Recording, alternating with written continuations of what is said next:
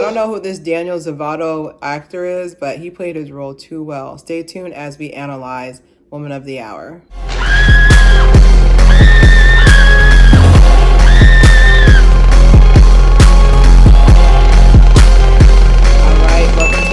Another episode of Haire. We are going to be talking about a simple, like I said, I still feel like you guys need to watch the movie, a simple recap of the Woman of the Hour, and then I'm going to talk about the psychological standpoint, and then I'm going to round off with my movie review. I feel like you guys will understand how grateful I am for you guys to continue to support me and continue to comment. Like I see a lot of y'all just commenting just to keep the engagement up. So you commenting just to talk. They say you commenting just to be mean to me. And I appreciate all of it because engagement means views. So don't forget to subscribe, share.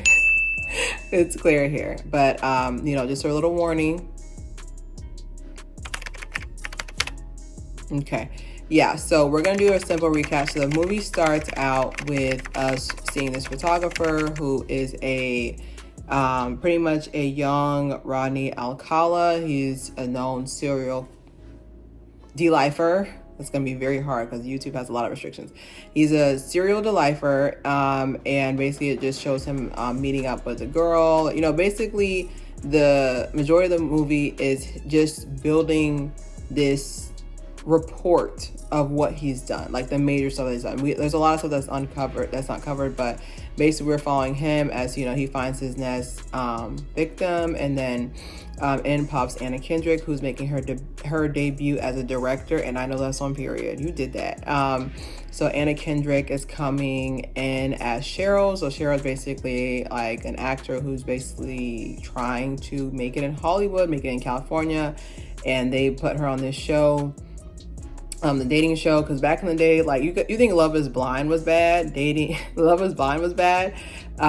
They had a lot more dating shows, and they were allowed to say a lot more things in the dating show. So on this dating show, there's a lot of misogyny. I have to say with my wisdom teeth, a lot of misogyny. Basically, they want her to be dumb.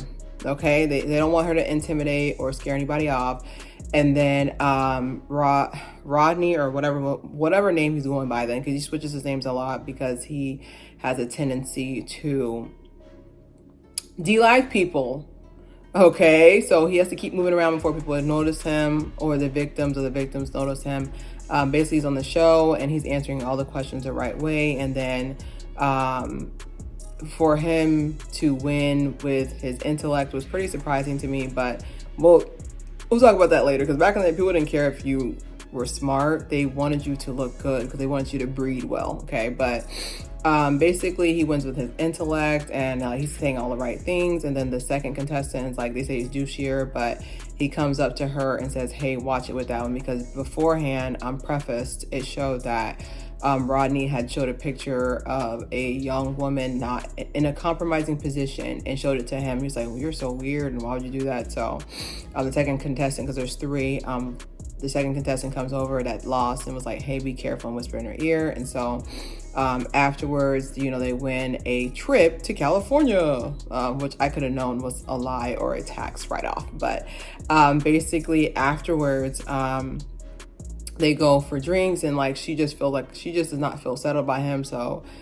she's like, hey, I'm gonna leave her, blah blah. So he asks for her number, and just the fact that like he just keeps invading her space, like he moves her hair behind her ear, like just anyways. But so basically there's a lot of timelines going on. That's why I said like showing a recap is just, I have to generalize it because the timelines almost didn't make any sense. But basically she goes to her car, and like she says no, and he's like, oh, this number is not real. Back then they did not have cell phones, so he says this number you should be able to say it from memory. Basically she gave him a random number, and she goes to the car, and so he tries to attack her at the car. And so some late night guys came out, and I was like, I never felt so happy to see somebody else.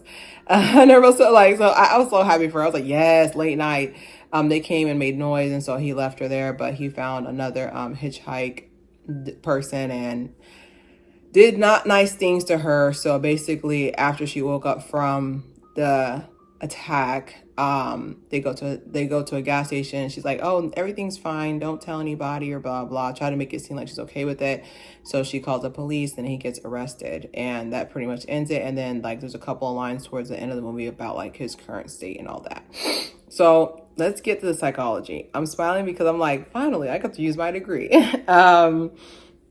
He has antisocial disorder, and I feel like he has antisocial disorder, but a lot of licensed psychiatrists said he has comorbidity. Comorbidity is when you have two or more psychological disorders happening simultaneously. So a lot of common comorbidities, I would say, is narcissism, but histrionic disorder, narcissism, borderline disorder, so narcissism, like a lot of people just think, oh my God, you look at yourself in the mirror, you're a narcissist. No, it's literally a disorder. Like I've seen, and like when we were studying, like I've seen the brain waves inside of a narcissist's head. And I promise you, I think in my lifetime, I've met 2 confirmed narcissists. Like they really do not know what's going on. They don't. Like, and that's not trying to say that I'm making an excuse for them, but it's crazy how people just stick that word out there. It's like, you haven't, like, if you ever truly meet a full narcissist, they're chilling. Like they have a chilling aura to them. You feel cold even though it's warm. Okay? When you're next to this person. Okay, so he has antisocial disorder. Basically, it's a disorder that the common results of it, or the common signs and symptoms, is the fact that they're aggressive, they have lack of empathy. I do have a theory I am working on. I don't know if the DSM, if you guys are gonna let me add it to it, but I do have a theory that when a kid is in their developmental stage, like between the ages of 5 and 8, like I showed y'all when I did a review for Vince McMahon about how his father left him to live in, the trailer park and to struggle up until he turned 12. And then he came back, like it was already too late. Like a lot of times whenever I see someone, just talking to adults, like whenever I talk to an adult and they're off, I know between the ages of 5 and 8, something happened. So this is similar too. So basically with his story, I read all up and down his biography. He's very interesting to me. Okay. Like I'm in awe at the fact that 1, he was able to get away with this, and 2, that not on admiration, awe as in confused. Okay. Intrigued.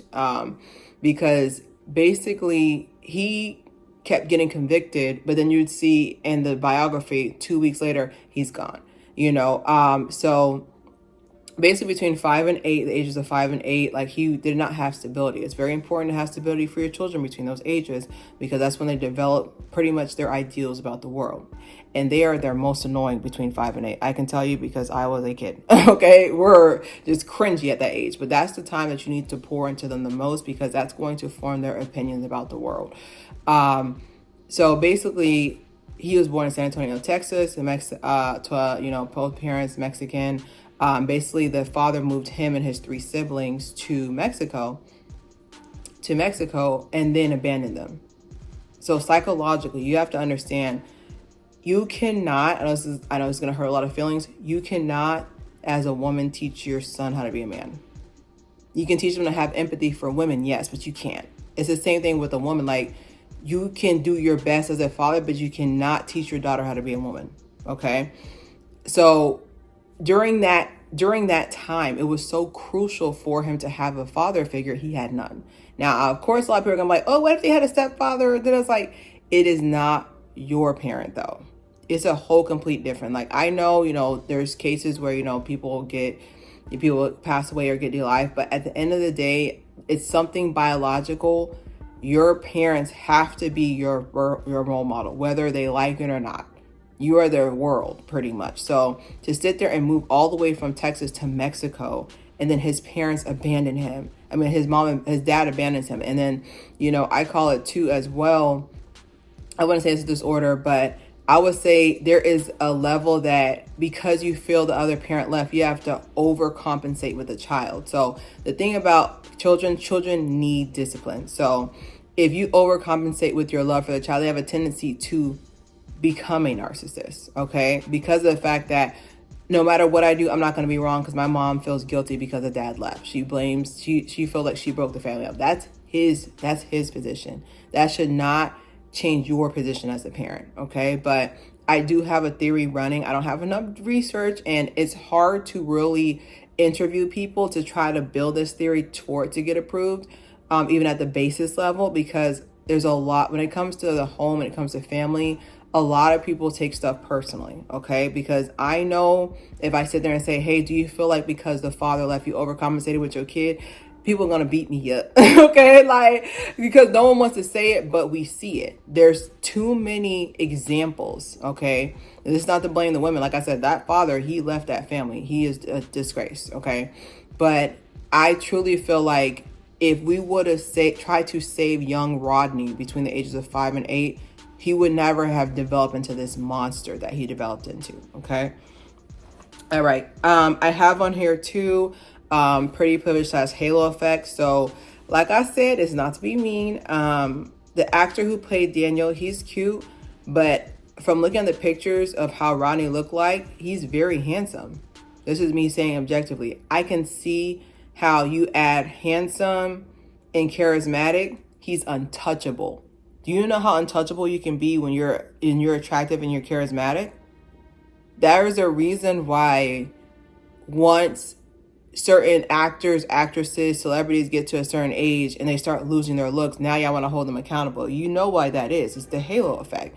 You're thinking that because this person's attractive, there's no way they could do these things. Like, I can easily see, like, a lot of people were saying, like, oh, how can, like, the evidence is there. The evidence is right there. I was like, you know what else is there? Good looks. You want to know what else is there? Charisma. Charisma has led plenty of, can I say cults? Can I say it? Groups of people who join clubs that are not on point. It's very easy. Like, sometimes all you need is charisma. You don't even need to look good. Okay? There's plenty of leaders that don't look good, and they're able to get people to do the most heinous things. Y'all know who I'm talking about.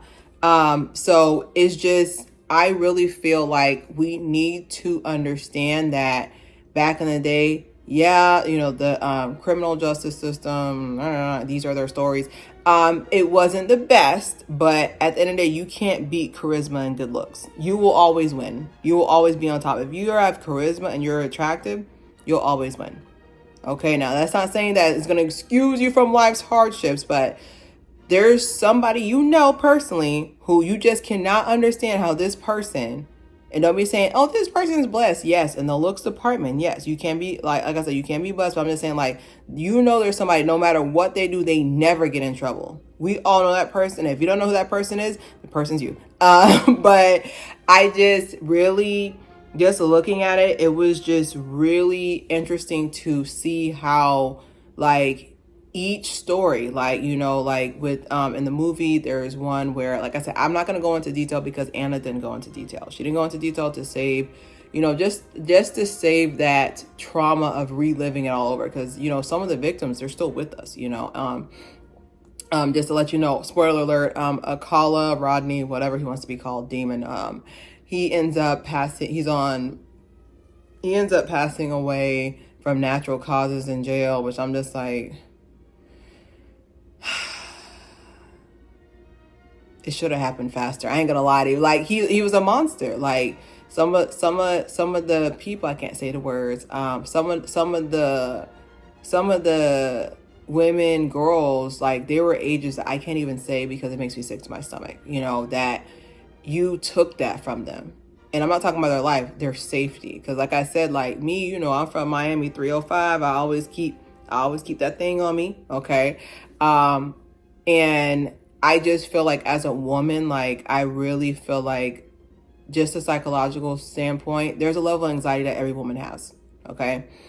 Every woman has a level of anxiety just in general, because we can't just walk out. We have to walk out with so-and-so. We just can't wear whatever. Like, even with me, like, there's certain days where I just do not, like, I'm not saying my outfits are like showboating or anything. Like, there's certain days where, like, I wear an outfit and I was like, someone's going to mess with me today. And it's true. Like, I want to be able to go into a store, get my groceries, leave. Okay. instead of someone come up and talk and someone try to holler or something. And I know people are like, oh my God, shut up, pretty girl. I know, but like, just know that I know I could never walk outside and wear a mini skirt after 7 or 8 o'clock and walk the streets by myself. Absolutely not. Okay. But I do feel like, just anxiety wise, I do feel like everything. So my overall review, I give the movie a 4 out of 5. I feel like there was a lot of good pacing. Like, Anna, you did your big one with this one. I like the directing. Just from like Daniel Zakata. I really will hope Daniel Z. He did his thing because I hated him. Like, I literally was just like, we have to get rid of him. And I was like, oh God, he's an actor. Sorry, child. But he played his role a little bit too well. He played it a little bit too well. The young actress, her name is Autumn Best. Adorable. Sorry, I know she's grown, but I think anybody under 25 is adorable. But she did her thing. She's been, I think she was in a show on CW, the 4400. So she did her thing as a new actress. Like, I felt her emotions so easily through the screen. I didn't even notice she had like she was only born with a thumb in her left arm, or her left hand. Like, I didn't even notice that. Like, her acting was so like amazing. And I hope to see her in more roles. Like, she was amazing. And I don't know where you found her at, but maybe she found her in CW. She went to Canada. But she did her thing. Like, for her to be so young and convey those emotions, that's an amazing actress. Anna Kendrick did an amazing job as an actress as well. To me, what I consider an amazing actor is someone that I don't need you to do a lot. I can see it conveyed in your face. Like, even like when he touched her hair and she was like, like, I felt it. And I love when I see an actor acting, because I feel like there's a lot of Nepo babies, a lot of babies around. And I feel like they're just like, you took that from me. No, like, they're trying to look good. Like, I want you to ugly cry. I need the snot. Where's Viola Davis? I need the snot bubbles. I need you to ugly cry. I need you to not be afraid to go there.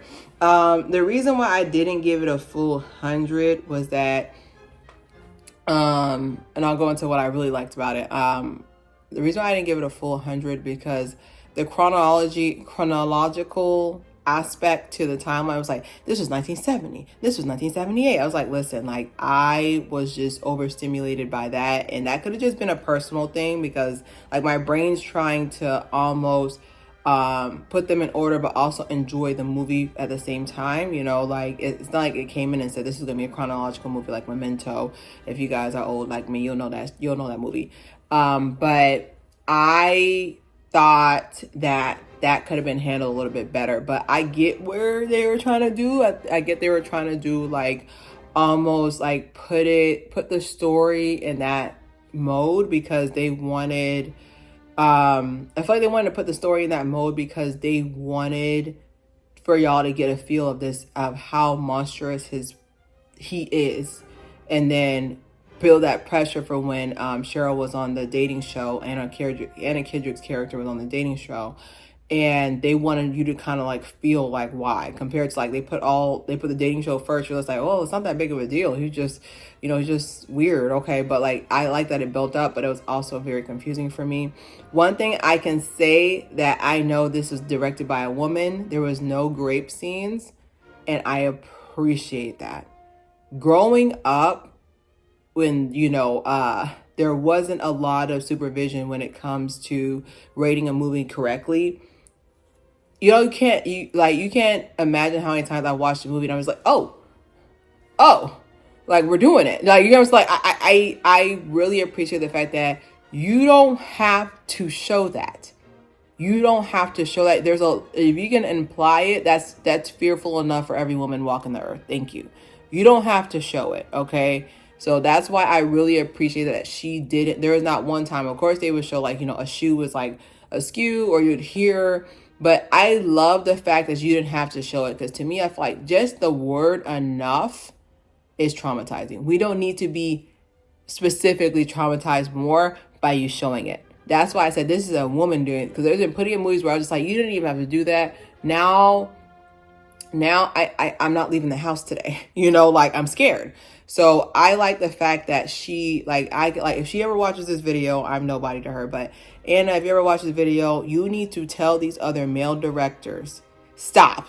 Okay, because I felt like I was so taken care of with the fact that I didn't have to worry about that, because I promise you there's not one woman on this earth that wants to watch a movie with that happening. Okay, like I love the fact that it wasn't included, you know, for, I guess, us, they call us sensitive people. I was like, I don't consider that, I consider that common decency. The act and the word of it is traumatizing enough. You don't have to do all that.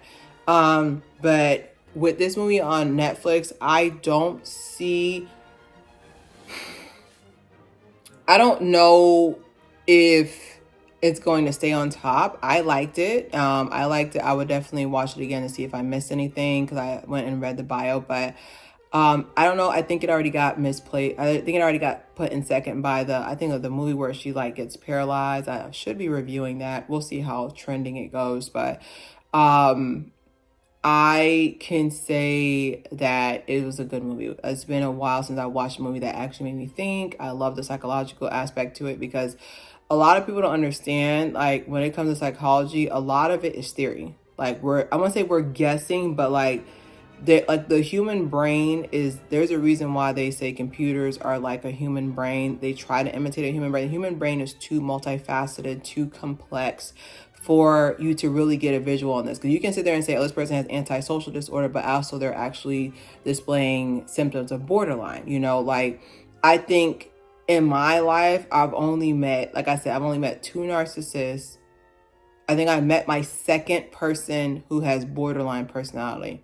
And borderline personality is basically where this person they're almost like a character. Like, they don't really have a sense of self.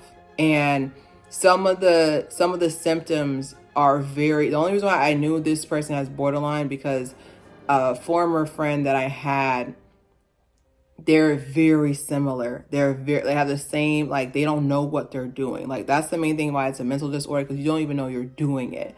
Like, it's kind of like when people say, oh, I have OCD because like they click their thing. I was like, no, you don't.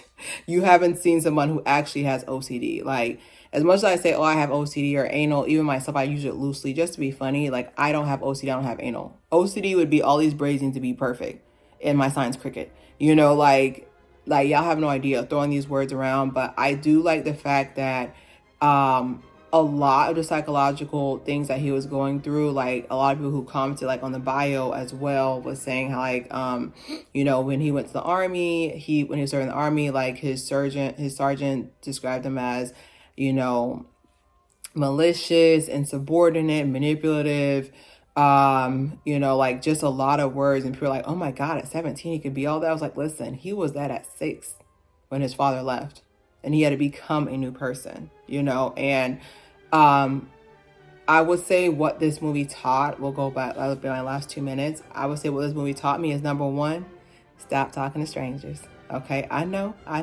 Uber is basically you're getting a stranger's car, and their person is driving you there. But really teach your kids importance of knowing who is good and who is not, because to me, a lot of the situations, of course, you know, like he's as a serial delifer he had, think of a serial number on a box. Like, he has a signature of who he goes after. He goes after people who no one's gonna check for. He goes after people who are weak. He goes after people who remind him of his mom, because in a way, when you're a single mom, your kid actually ends up resenting you, which I'm just like, I'm the parent who stayed, you know, but your kid actually ends up resenting you, you know. Even with Christian Grey from 50 Shades, like with his mother who had brunette, and like he was just like, how could you do this to me and leave me, blah blah blah, you know. He was adopted by the rich people, but it was just fascinating, like just reading everything. But I would say definitely don't talk to strangers, don't ride in people's car, and then teach your kids importance of who is okay. I don't care. I would teach my kid, I don't care who said, oh, I know your mom.